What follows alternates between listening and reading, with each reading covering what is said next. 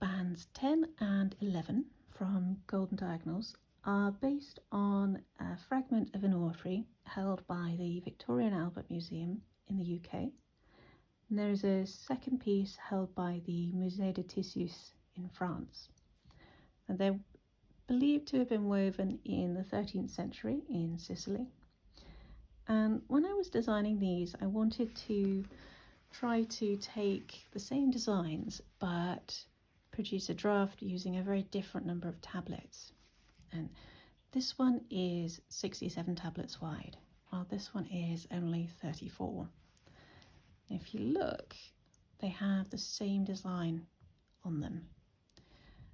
In order to give me more variation, I took the frame motifs from the original and the centres and then recombined them to produce another 6 designs, so 9 in total.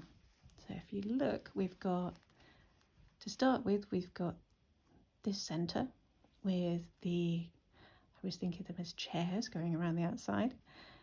And in this design, we've got the same centre, but with the dragon heads going around the outside. And I found that I had quite a lot of warp left. So I designed another 9 for each of the 2 bands to go with them. As again, I like to extend the possibilities for a band. And some of those framing designs I took from the Hildesheim cope, which I will talk about a little later. The trickiest motif to decipher from the original for bands 10 and 11 was this one. I ended up taking the photograph of the original from the Victoria and Albert Museum website and then running it through various filters in my photo editing software. Changing the saturation, changing it to grayscale and back again. And that gave me the little clues that I needed to work out where the threads were to form the frame of this, as they're quite badly faded on that particular section of the band.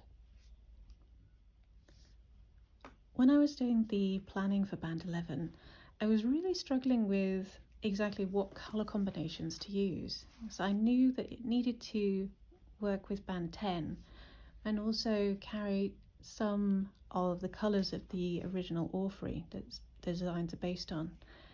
So I took some Ada, that's embroidery fabric, and stitched the design onto that fabric using a stitch for every oval in the draft. And I came up with 5 different variations. I ended up with this one as my final design. So I like the way the gold or yellow only appears in the diamond section of this, and the fill around the outside is just purple and white. And that helps to really highlight the design within the diamond. Band 11 from Golden Diagonals actually has an additional motif that isn't in the book itself.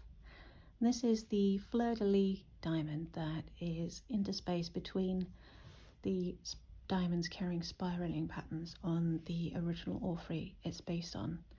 And I've released this along with one other design on my website to download and use for free. And it uses exactly the same threading diagram as the rest of the band.